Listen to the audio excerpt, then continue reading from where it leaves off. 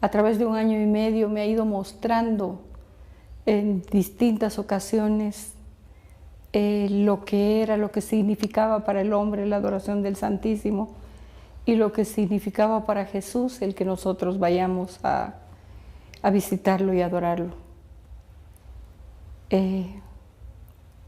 Todo comenzó con una noche cuando el Señor me pidió que fuera, me invitó a que yo fuera a la capillita.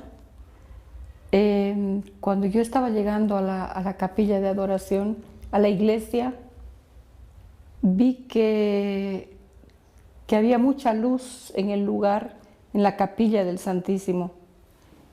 Me fui acercando allá y había mucha luz. Y me pareció raro que en un lugar tan pequeño pusieran tanta luz cuando mejor se hacía la adoración con una luz media. Pero al ir acercándome al lugar, había música, era música de distintos coros, como niños, grandes, mujeres, hombres.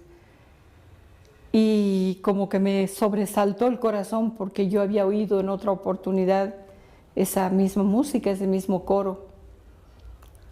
Cuando fui acercándome, las voces se iban apagando y la capilla se iba haciendo un poco más con menos luz, con menos intensidad de luz. Cuando entré allá, pues estaba normal la capilla, era una capilla normal. Me arrodillé y enseguida el Señor me dijo que me sentara, que observara. Había un hombre de mediana edad, de unos 50 años. Él estaba arrodillado delante del Santísimo, delante de la custodia. Y Jesús en ese momento desapareció la custodia y vi a Jesús que se acercó al hombre y lo abrazó y le dio un beso aquí, en la mejilla. Jesús. Pero el hombre parecía no notar nada y me quedé mirando, supe que iba a ser otro día de enseñanza de parte del Señor. El hombre estaba rezando, él rezaba, y Jesús, sentado delante de él en un trono muy hermoso, lo escuchaba atentamente. Como que él escuchaba lo que el hombre estaba diciéndole. Y Jesús hacía así, miraba al cielo como intercediendo por el hombre, diciéndole al Padre, seguramente escúchalo. Luego Jesús lo bendijo y y desapareció la visión. Y yo en ese momento me puse a pensar qué grande es el saber que Él está esperándonos y escuchándonos. Él está allí para escucharnos, para recibir nuestras oraciones. Y Él intercedió ante Dios para que escuche las oraciones del Padre y las oraciones de aquel hombre que estaba. Un momento después o un día después en otra adoración, en ese momento el Señor me dijo que mirara yo hacia la capilla grande y en la capilla grande había un momento de adoración de otro día, era una visión que me mostraba el Señor y había mucha gente que pasaba delante del Santísimo mascando chicle, con caramelos en la boca, conversando, agarrándose de las manos, mujeres con escotes muy grandes, con la falda corta, vestidos inadecuadamente para estar en la presencia de Dios. Y yo vi la tristeza en la cara de Jesús, por la falta de respeto ante la dignidad de Dios. Y yo me acuerdo que en ese momento sentí lástima, sentí pena por ser parte de todo esto y por la tristeza de Jesús, pero sentí pena, sentí furia también.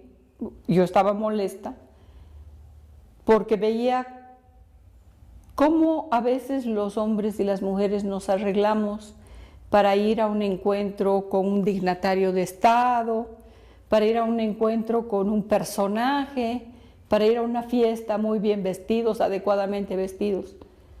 Pero no nos vestimos adecuadamente las mujeres para ir al templo. No todas, estoy hablando más bien de algunas mujeres. Indecentemente vestidas, algunas con un pantalón corto, con short, otras con unos pantalones apretados, escotes. Y siempre pienso lo mismo, que la mujer se respeta a sí misma por la forma en que está vestida. No necesita estar vestida lujosamente, pero sí dignamente para ir a la casa de Dios. Ir vestida inadecuadamente a la casa de Dios es faltar al respeto a Dios, faltar al respeto al sacerdote que está ahí y faltarse al respeto a sí misma. Es una falta de respeto y no la entendemos. Inclusive ese día habían muchachas jóvenes, mujeres jóvenes, que estaban mejor vestidas que mujeres más grandes de 40, 45 años. Sus hijas iban mejor vestidas que ellas. Luego en otro lugar de la capilla, de la iglesia grande, habían parejitas de enamorados, y el Santísimo expuesto ahí, el Señor expuesto, sin ningún respeto. Y pedí perdón al Señor porque me daba vergüenza. Decía yo, si realmente nosotros estuviésemos conscientes de la presencia de Dios ahí. En una otra oportunidad, cuando yo estaba ahí en presencia del Señor en adoración, vi como una persona que se acercaba para ir a adoración del Santísimo iba custodiada por 4 ángeles, eran 3 ángeles vestidos como de plateado, uno a cada lado y otro atrás. Y delante iba un ángel con mucha luz dorada. Y yo no sé quiénes eran los 3 ángeles que eran compañía, pero sé que el ángel que estaba con luz dorada era el ángel de la guarda.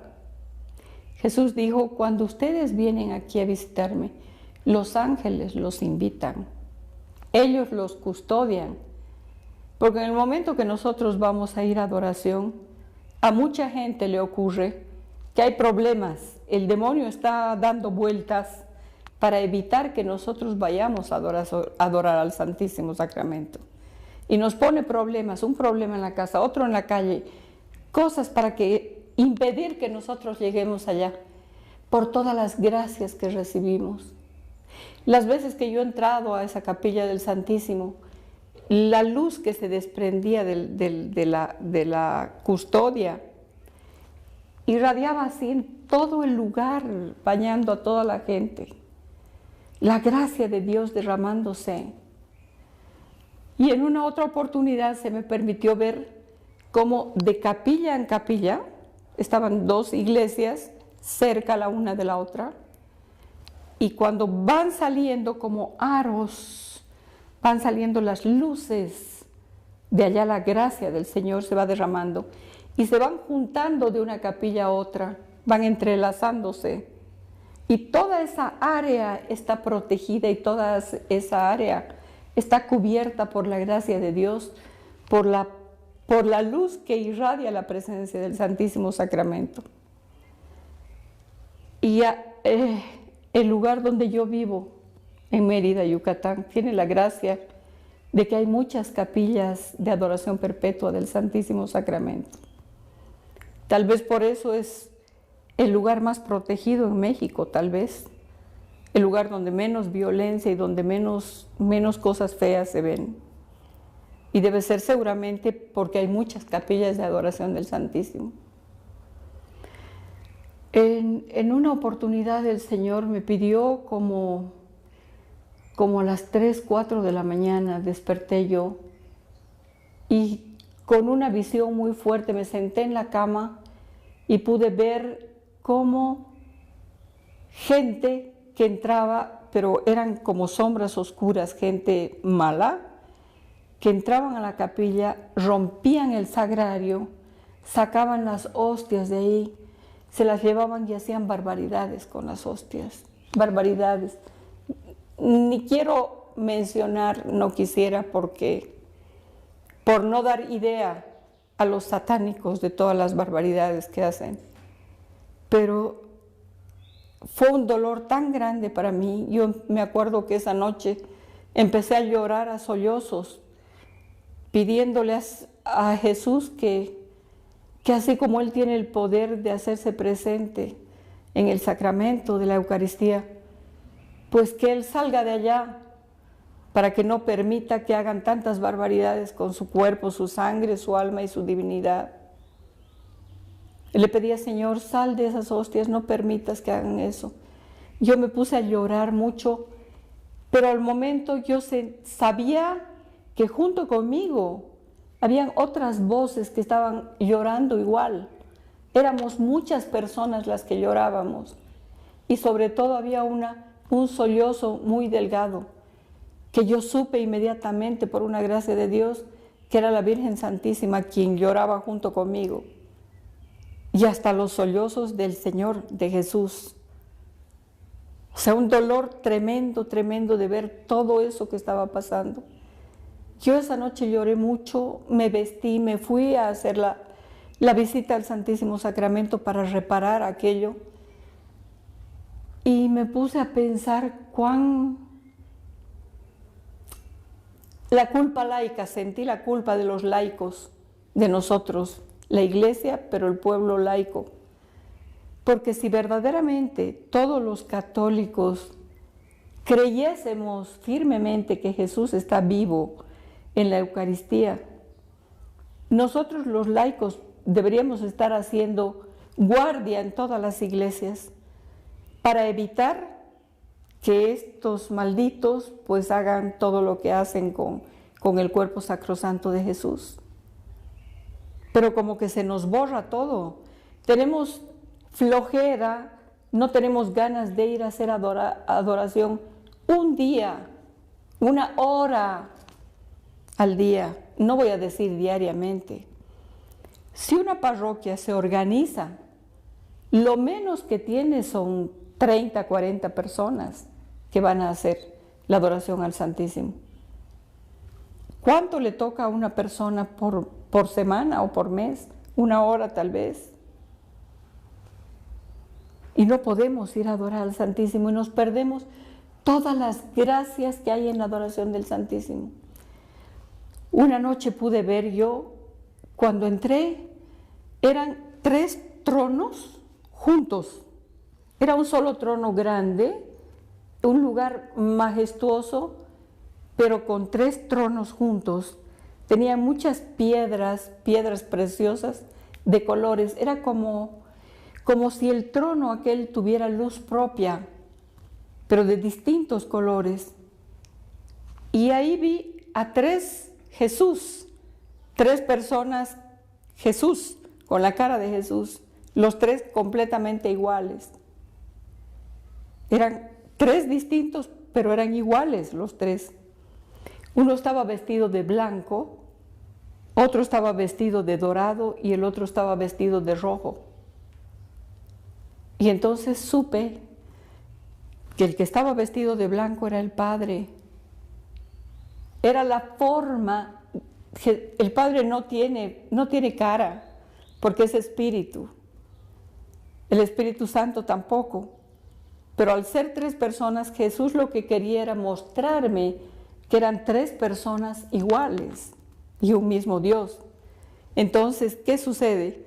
Uno estaba vestido de blanco, que yo vi que podía ser el Padre. El otro estaba vestido de dorado, todo dorado, con una corona muy hermosa encima, que era Jesús. Y el otro estaba vestido de rojo, el Espíritu Santo. Y fue una visión de un momento y me sentí sobrecogida ahí, me postré en el suelo y dije, qué grande es Dios para querer mostrar a una criatura miserable como yo a una pobre criatura, mostrarle aquello tan grande para que yo pudiera sacudir al pueblo de Dios y decirle que cuando nosotros vamos a hacer adoración, no solamente estamos adorando a Jesús, que ya es mucho, porque Él es Dios, sino a la Santísima Trinidad, porque donde está el uno están los tres, que no pueden separarse. En un momento vi parada al lado del trono a la Santísima Virgen María, hermosa, hermosa, con una corona muy bella, muy digna, muy reina, muy señora. A su lado había un señor que estaba con un rostro muy bondadoso, muy dulce, muy protegedor. Y inmediatamente yo supe que era la Virgen Santísima y San José. Detrás del trono habían muchos hombres, muchas personas. Yo no he llegado a contar los cuantos. Yo supongo después, es una apreciación mía, que pudieron ser los primeros apóstoles y los profetas del Señor. Pero delante del trono había un altar. Al mismo tiempo estaba la custodia y habían dos ángeles de rodillas a los dos lados. Yo allí entendí que el Señor muestra a los ángeles, nos muestra a los ángeles, nos habla de los ángeles y nosotros anhelamos ver los ángeles porque son parte del cielo. Pero no nos damos cuenta que cuando estamos en adoración es el cielo mismo el que está allí en adoración. Porque igual que en la Santa Misa he visto a un lado todos los santos y bienaventurados, miles de personas que están en el cielo y al otro lado millones de ángeles. Cuando uno está en adoración está el cielo entero delante de nosotros. Es el cielo que está ahí y nosotros buscamos placeres en cualquier parte. Buscamos aventuras de ir a buscar a Dios, muchas veces cantando en alguna secta, muchas veces escuchando una prédica bonita en otra secta.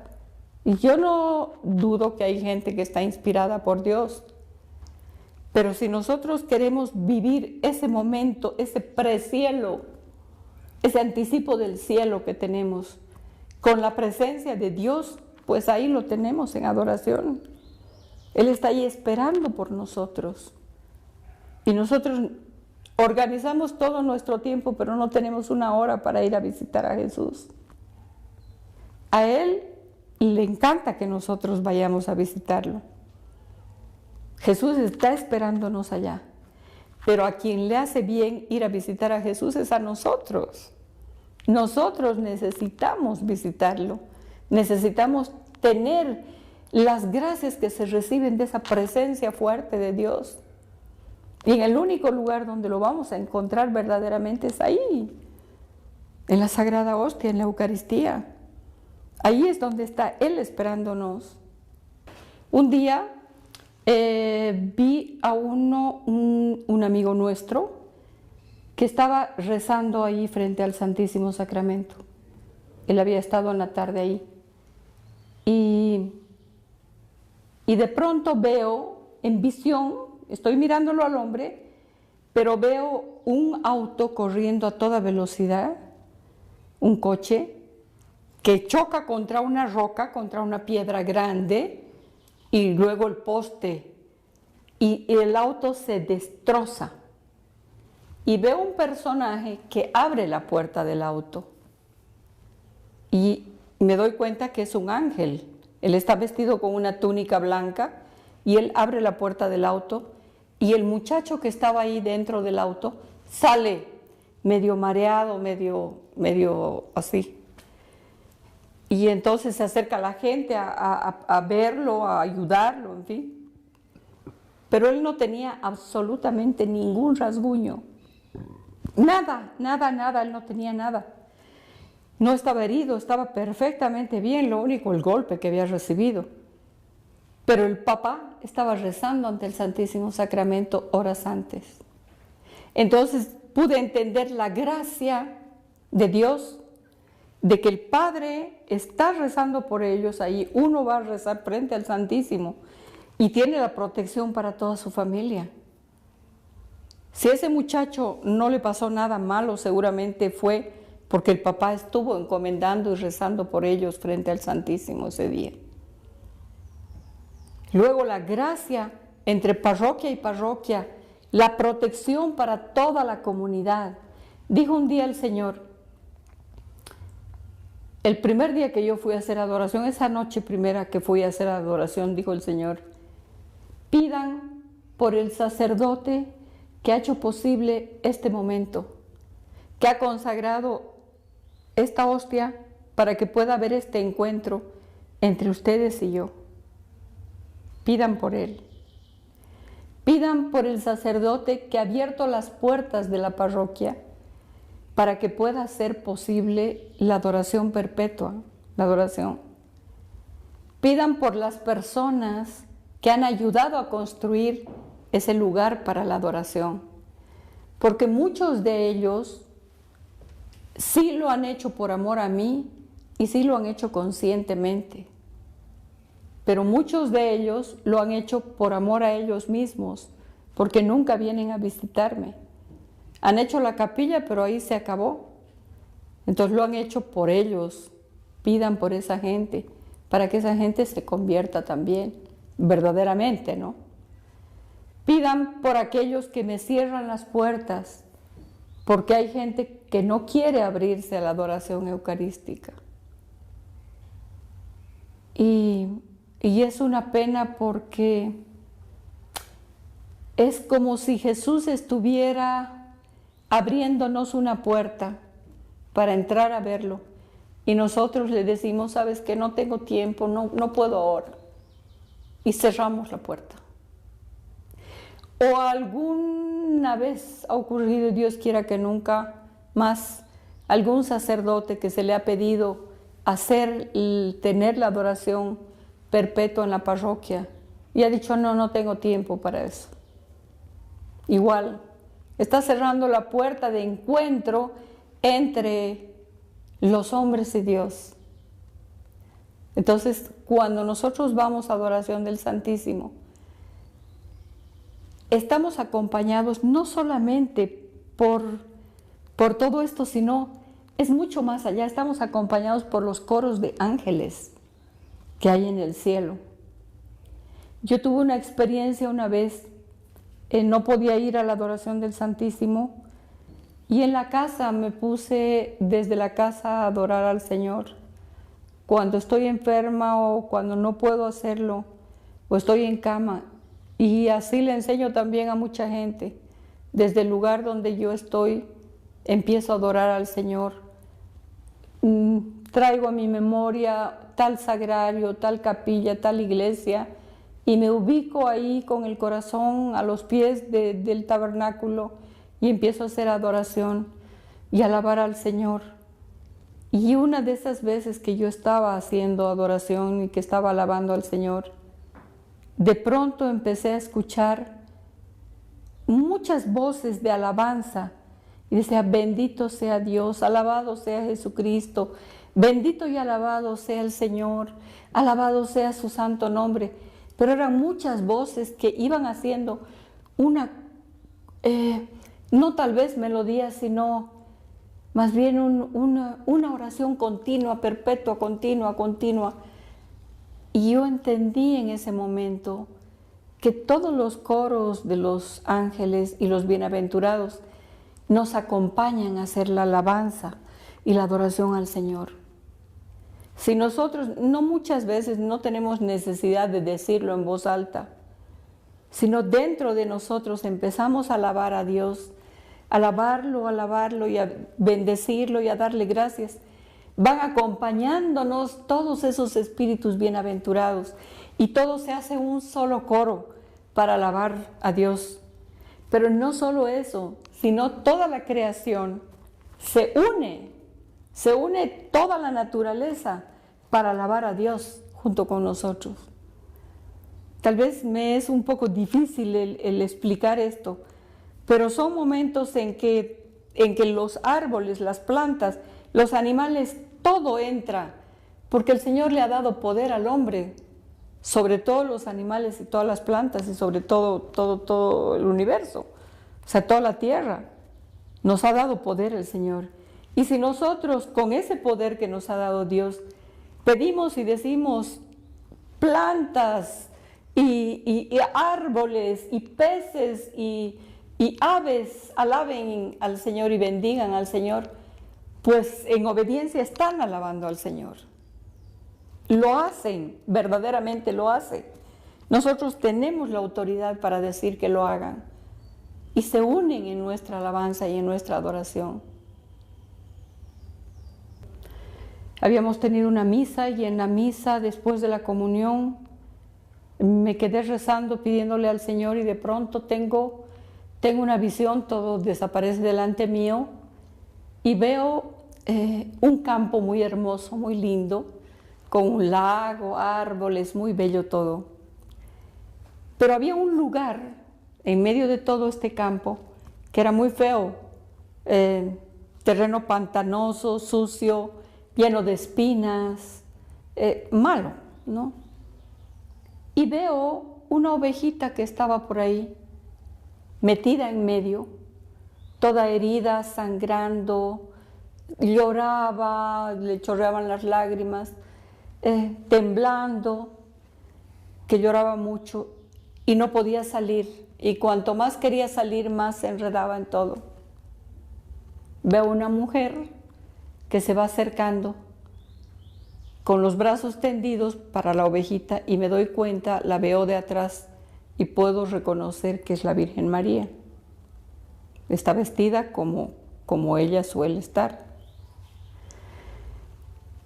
Veo que ella se acerca, estira las manos a la ovejita trata de salir pero se enreda más y no sabe si va a escapar de ella o si se va a acercar a ella y se lastima mucho más. Y en eso veo que la mujer mira hacia allá, hacia el horizonte, como buscando algo, porque no podía sacar a esta criatura. Y veo luego acercarse un hombre muy guapo, muy hermoso, fuerte, con la piel bronceada, con las manos remangadas y con un báculo, y veo que es Jesús, reconozco que es Jesús. Se acerca a él y la mujer desaparece. Entonces veo a él que mira a la ovejita y entra decidido para rescatar. Y las espinas iban creciendo, iban arañando las piernas y la túnica de Jesús. Y él agarra el bastón, con el bastón iba golpeando las espinas, pero las espinas volvían a crecer. Y él se acerca a la ovejita, la toma a la oveja, la agarra así en sus brazos y la ovejita lloraba mucho y sangraba. Y Jesús empieza a besar a la ovejita. En cada lugar donde tenía una herida la ovejita, Jesús la besaba y le caían las lágrimas a Jesús. Lloraba junto con la ovejita. Donde caía una lágrima de Jesús, o donde él ponía la boca para besar a la ovejita, se cerraba la herida, se sanaba y va sanando y la va acariciando y se va sanando la ovejita y él sale de ahí, de ese lugar, con la oveja. Al poco momento, al rato después, veo que la ovejita está sentada, así sentada sobre sus patitas, apoyada, mirando a Jesús, Jesús sentado en una piedra, en una roca grande. Y él está hablándole a la ovejita. Y la ovejita muy atenta lo escucha y lo escucha y lo escucha. Parece complacida escuchándolo y Jesús también complacido hablándole. De pronto oigo otro balido. Ve, ve, otra ovejita sufriente, dolida. Jesús se para, va para ir a sacarla, Pero esta ovejita corre por delante de Jesús y va acompañándolo a Jesús, va por delante y se mete, sin esperar dirección, se mete allá y va y empieza a jalar a la otra ovejita hacia Jesús. Jesús entra nuevamente, toma la otra ovejita y vuelve en lo mismo. Pero esta ovejita feliz corría así buscando uno y otro. Y entonces en ese momento Jesús me dijo, ya tienes el tema para hablar, esa ovejita eres tú. Esa fue mi conversión, ese fue mi camino. Y es el camino de muchos. Jesús dijo, en un mensaje nos dijo, yo me he quedado en una fracción del pan porque no quería que aquellos a quienes tanto amo quedaran huérfanos. Al morir Jesús, al irse al cielo, no quería que nosotros nos quedáramos huérfanos. Y Él decidió quedarse en esa pequeña cárcel de amor, porque es la cárcel pequeña de amor. Es un lugar donde Él está prisionero del amor, en ese pedazo de pan. ¿Por qué el pan? Porque es el alimento básico de todos. Es el pan nuestro de cada día. Es lo más pobre, lo más humilde que hay. Ahí quiere estar Él, ahí quiso estar Él para quedarse con nosotros. ¿Para qué? Para ser alimento. Y nosotros no nos damos cuenta de que no solamente es el pan y no solamente es que tenemos que ir a comulgar, sino que nadie puede tener la fortaleza y el alimento como aquel que come ese pan. Sin ese pan y sin la fe en ese pan, en la presencia de Dios en ese pan, nosotros no podemos combatir al demonio, no podemos combatir al mundo que es nuestro enemigo, no podemos combatir a la carne nuestra que es nuestra enemiga. Nosotros necesitamos de esa fortaleza, necesitamos esa comunión con Dios. Jesús está vivo allá, por eso es que las hostias sangran. Ese es el motivo, Él está mostrándonos que está vivo en ese pedazo de hostia.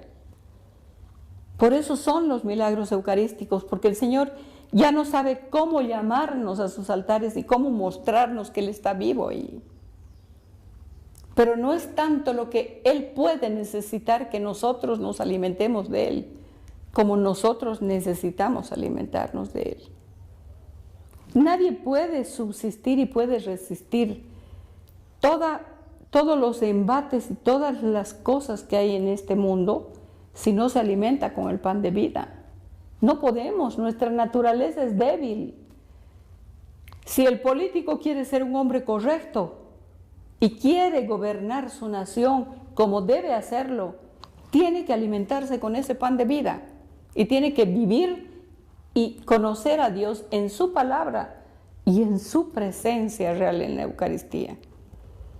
Si el comerciante o el hombre de negocios, el hombre de mundo, de cargos importantes, quiere tener una responsabilidad y vivir justamente, ser un hombre justo, tiene que alimentarse con ese pan de vida, tiene que alimentarse con la palabra de Dios y con su cuerpo. Si el militar quiere ser un hombre correcto dentro de su carrera, todos lo necesitamos, todos. La mujer, el ama de casa, los niños, los jóvenes. Nosotros tenemos que volver a esa dignidad de Dios en sus altares. A eso nos llama el Papa Benedicto XVI, a eso nos llamaba Juan Pablo II. Eso es lo que nos pide Dios. Dice Jesús que cuando nosotros vamos a hacer la adoración al Santísimo Sacramento, es como si estuviéramos tocándolo, como si estuviéramos abrazándolo, porque Él está abrazándonos y Él está tocándonos. Yo no sé si a todos les pasa, pero cuando yo voy a hacer adoración y estoy en la presencia de Él, Siento que todo Él me está envolviendo, que me está abrazando. Porque trato de vivir con mi espíritu todo eso que el Señor me ha mostrado. Pero quiero que todo el mundo lo viva. Porque entonces sí, el mundo va a cambiar cuando nosotros aprendamos a doblar la rodilla ante Dios. Una vez el Señor dijo, nunca el hombre es más hombre, la Virgen, nunca el hombre es más hombre que cuando dobla la rodilla ante Dios. Nunca. Puede ser político, puede ser industrial, puede ser un militar, puede ser un hombre de mando, un hombre importante. Solamente es importante cuando sabe doblar la rodilla ante Dios. Lo demás no tiene valor.